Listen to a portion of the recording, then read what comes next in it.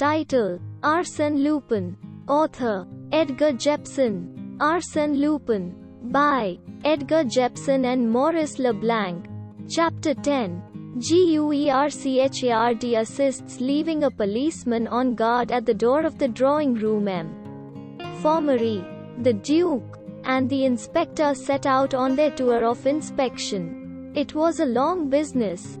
For Formery examined every room with the most scrupulous care, with more care, indeed, than he had displayed in his examination of the drawing rooms. In particular, he lingered long in the bedroom of Qcera, discussing the possibilities of her having been murdered and carried away by the burglars along with their booty.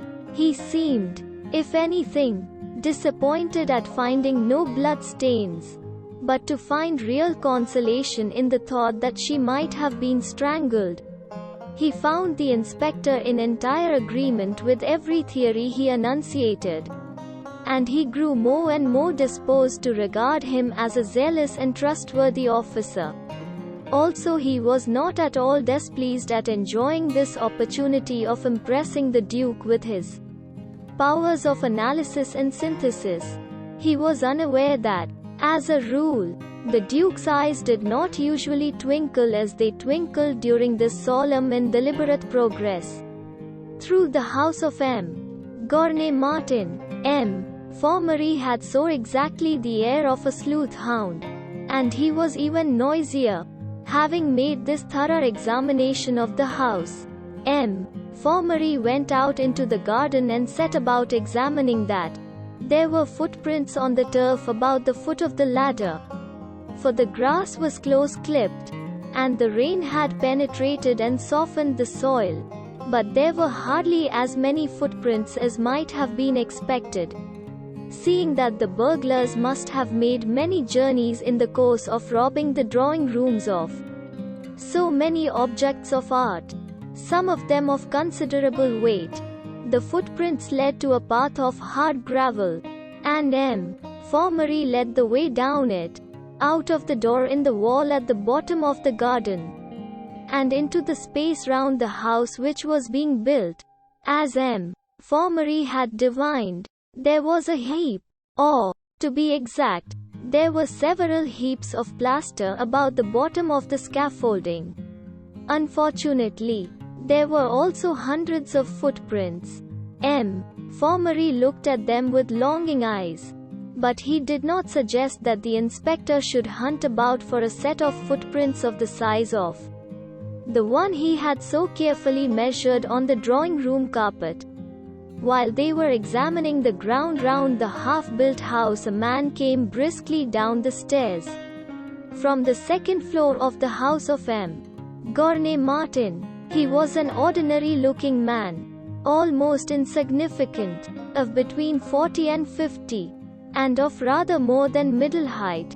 He had an ordinary, rather shapeless mouth, an ordinary nose, an ordinary chin, an ordinary forehead, rather low, and ordinary ears. He was wearing an ordinary top hat, by no means new. His clothes were the ordinary clothes of a fairly well-to-do citizen, and his boots had been chosen less to set off any slenderness his feet might possess than for their comfortable roominess. Only his eyes relieved his face from insignificance. They were extraordinarily alert eyes, producing in those on whom they rested the somewhat uncomfortable impression that the depths of their souls were being penetrated. He was the famous Chief Inspector GUERCHARD, head of the detective department of the Prefecture of Police, and sworn foe of Arsène Lupin. The policeman at the door of the drawing room saluted him briskly. He was a fine, upstanding, red-faced young fellow, adorned by a rich black moustache of extraordinary fierceness. "Shall I go and inform Formery that you have come, GUERCHARD?" he said. No, there's no need to take the trouble," said GUERCHARD in a gentle, rather husky voice. "Don't bother anyone about me, I'm of no importance." "Oh, come, "GUERCHARD," protested the policeman. "Of no importance," said M. GUERCHARD decisively. "For the present, M. Maurice is everything. I'm only an assistant." He stepped into the drawing room and stood looking about it, curiously still. It was almost as if the whole of his being was concentrated in the act of seeing, as if all the other functions of his mind and body were in suspension. M. Maurice and the inspector have just been up to examine the housekeeper's room. It's right at the top of the house, on the second floor. You take the servants' staircase. Then it's right at the end of the passage on the left. Would you like me to take you up to it?" "Sir," said the policeman eagerly. His heart was in his work. "Thank you. I know where it is, I've just come from it," said GUERCHARD gently. A grin of admiration widened the already wide mouth of the policeman, and showed a row of very white, able-looking teeth. "Ah, M. GUERCHARD," he said, "you're cleverer than all the examining magistrates in Paris put together." "You ought not to say that, my good fellow. I can't prevent you thinking it." "Of course.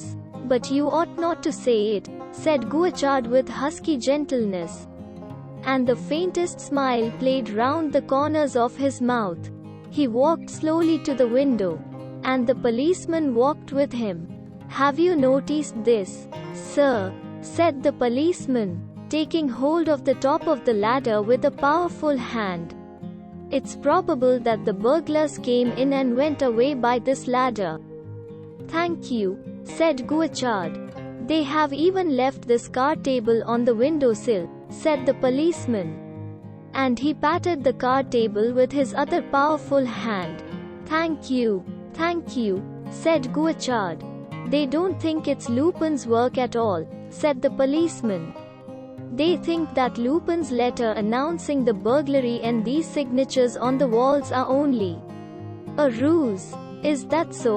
said GUERCHARD. "Is there any way I can help you?" "Sir," said policeman. "Yes," said GUERCHARD. "Take up your post outside that door and admit no one but M. Maurice, the inspector, Benavent, or do you see, without consulting me," and he pointed to the drawing room door. "Shan't I admit the Duke of Charmeres? He's taking a great interest in this affair," said the policeman. "The Duke of Charmeres? Oh, yes, admit the Duke of Charmeres," said GUERCHARD. The policeman went to his post of responsibility. A proud man. Hardly had the door closed behind him when GUERCHARD was all activity and eyes. He examined the ladder, the gaps on the wall from which the pictures had been taken, the signatures of Arsène Lupin. The very next thing he did was to pick up the book which the Duke had set on the top of the footprint again, to preserve it, and he measured, pacing it, the distance between the footprint and the window. The result of this measuring did not appear to cause him any satisfaction, for he frowned, measured the distance again, and then stared out of the window with a perplexed air, thinking hard. It was curious that, when he concentrated himself on a process of reasoning, his eaves seemed to lose something of their sharp brightness and grew a little dim. At last he seemed to come to some conclusion. He turned away from the window, drew a small magnifying glass from his pocket, dropped on his hands and knees, and began to examine the surface of the carpet with the most minute care. He examined a space of it nearly 6 feet square, stopped, and gazed round the room. His eyes rested on the fireplace, which he could see under the bottom of the big tapestried fire screen which was raised on legs, about a foot high, fitted with big casters. His eyes filled with interest. Without rising, he crawled quickly across the room, peeped round the edge of the screen and rose. Smiling, he went on to the further drawing room and made the same careful examination of it. again examining a part of the surface of the carpet with his magnifying glass. He came back to the window to which the ladder had been raised and examined very carefully the broken shutter. He whistled softly to himself, lighted a cigarette, and leant against the side of the window. He looked out of it, with dull eyes which saw nothing, the while his mind worked upon the facts he had discovered. He had stood there plunged in reflection for perhaps 10 minutes, when there came a sound of voices and footsteps on the stairs. He awoke from his absorption, seemed to prick his ears, then slipped a leg over the window ledge, and disappeared from sight down the ladder. The door opened, and in came Formery, the Duke, and the inspector. Formery looked round the room with eyes which seemed to expect to meet a familiar sight, then walked to the other drawing room and looked round that. He turned to the policeman, who had stepped inside the drawing room, and said sharply, "GUERCHARD is not here." "I left him here," said the policeman. "He must have disappeared. He's a wonder." "Of course," said Formery. "He has gone down the ladder to examine that house they're building. He's just following in our tracks and doing all over again the work we've already done. He might have saved himself the trouble. We could have told him all he wants to know. But there, he very likely would not be satisfied till he had seen everything for himself. He may see something which we have missed," said the Duke. Formery frowned, and said sharply, "That's hardly likely. I don't think that your Grace realizes to what a perfection constant practice brings one's power of observation. The inspector and I will cheerfully eat anything we've missed, won't we, Inspector?" And he laughed heartily at his joke. "It might always prove a large mouthful," said the Duke with an ironical smile. Formery assumed his air of profound reflection, and walked a few steps up and down the room, frowning. "The more I think about it," he said, "the clearer it grows that we have disposed of the Lupin theory. This is the work of far less expert rogues than Lupin. What do you think, Inspector?" "Yes, I think you have disposed of that theory, sir," said the inspector with ready acquiescence. "All the same, I'd wager anything that we haven't disposed of it to the satisfaction of GUERCHARD," said Formery. "Then he must be very hard to satisfy," said the Duke. "Oh, in any other matter he's open to reason," said Formery. "But Lupin is his fixed idea. It's an obsession, almost a mania. But yet he never catches him," said the Duke. "No, and he never will. His very obsession by Lupin hampers him. It cramps his mind and hinders its working," said Formery. He resumed his meditative pacing, stopped again, and said, "But considering everything, especially the absence of any traces of violence, combined with her entire disappearance, I have come to another conclusion. Qcera is the key to the mystery. She is the accomplice. She never slept in her bed. She unmade it to put us off the scent. That, at any rate, is something gained, to have found the accomplice. We shall have this good news, at least, to tell Gournay Martin on his arrival." "Do you really think that she's the accomplice?" said the Duke. "I'm dead sure of it," said Formery. "We will go up to her room and make another thorough examination of it." GUERCHARD's head popped up above the window sill. "My dear Formery," he said, "I beg that you will not take the trouble." Formery's mouth opened. "What? You, GUERCHARD?" he stammered. "Myself," said GUERCHARD. And he came to the top of the ladder and slipped lightly over the windowsill into the room. He shook hands with Formery and nodded to the inspector. Then he looked at the Duke with an air of inquiry. Let me introduce you, said M. Formery. Chief Inspector GUERCHARD, head of the detective department, the Duke of Chamieres. The Duke shook hands with GUERCHARD, saying, I'm delighted to make your acquaintance. M. GUERCHARD. I've been expecting your coming with the greatest interest. Indeed, it was I who begged the officials at the Prefecture of Police to put this case in your hands. I insisted on it. What were you doing on that ladder? Said M. Formery, giving GUERCHARD no time to reply to the Duke. I was listening, said GUERCHARD, simply listening. I like to hear people talk when I'm engaged on a case. It's a distraction, and it helps.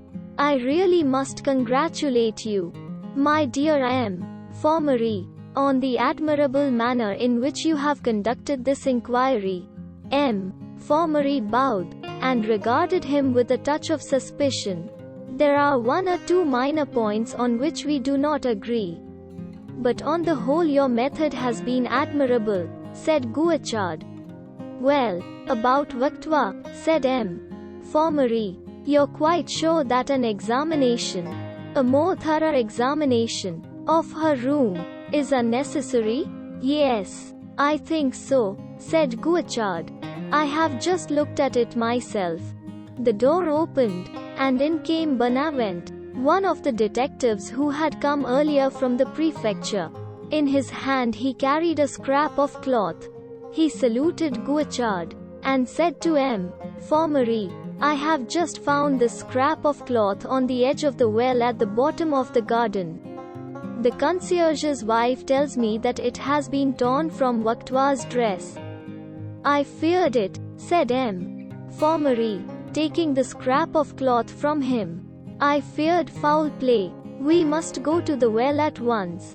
Send someone down it, or have it dragged. He was moving hastily to the door, when GUERCHARD said, in his husky, gentle voice, I don't think there is any need to look for Victoire in the well.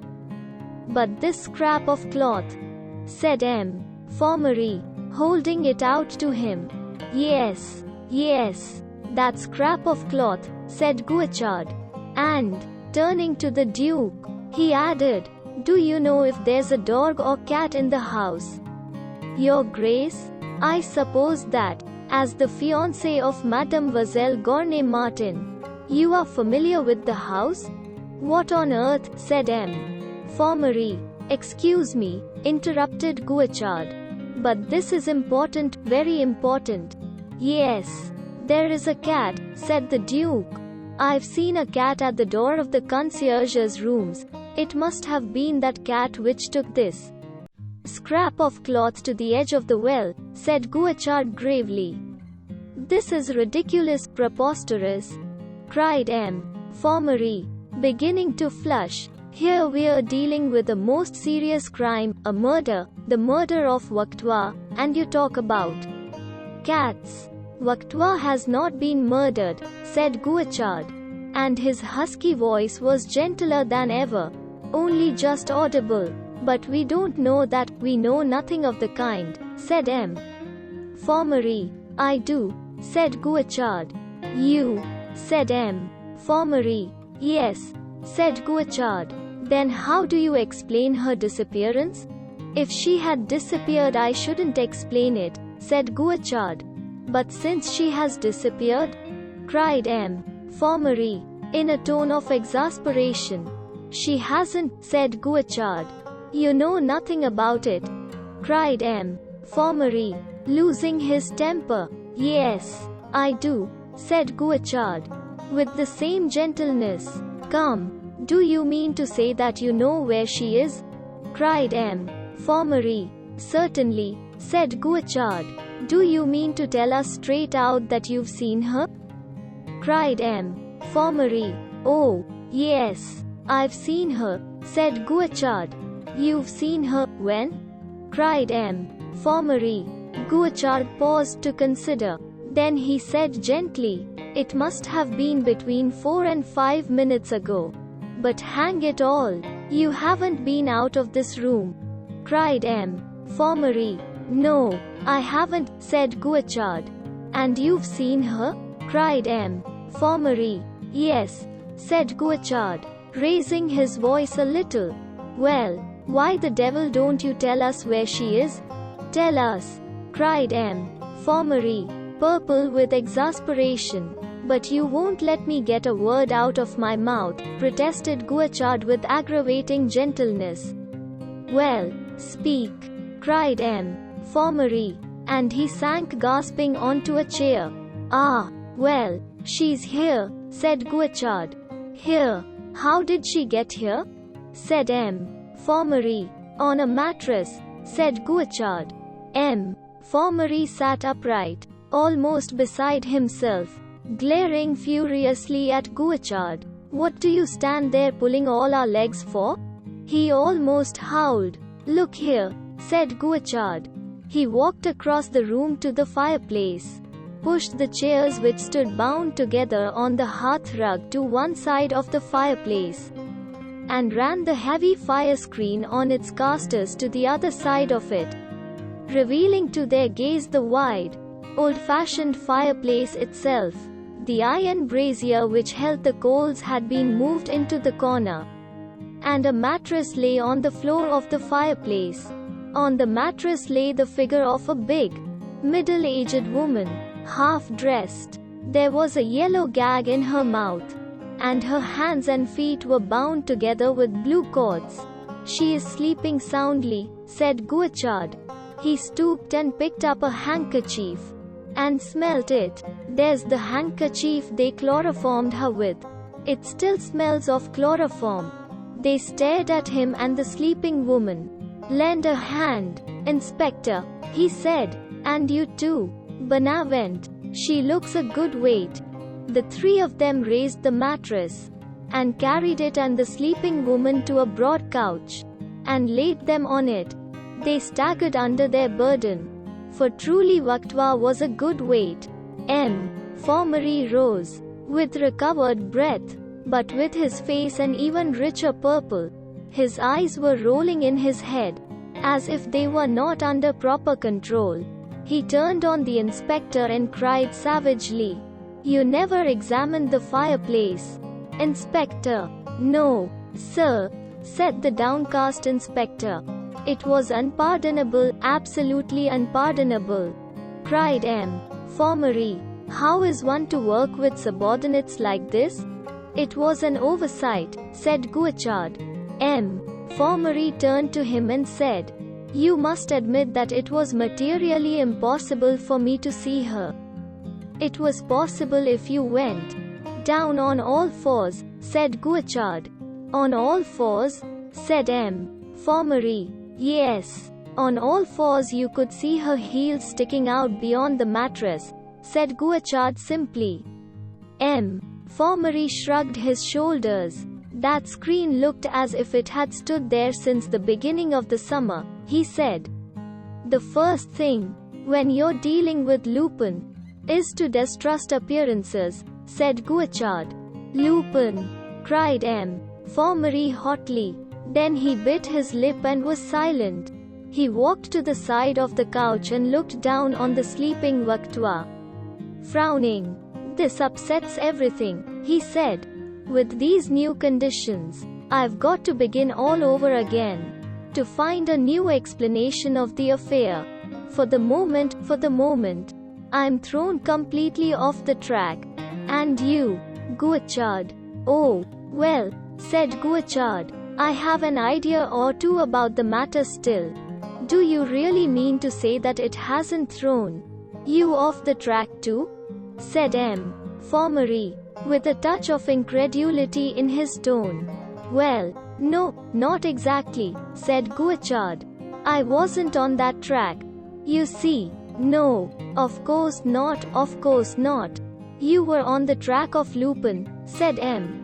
For Marie, and his contemptuous smile was tinged with malice.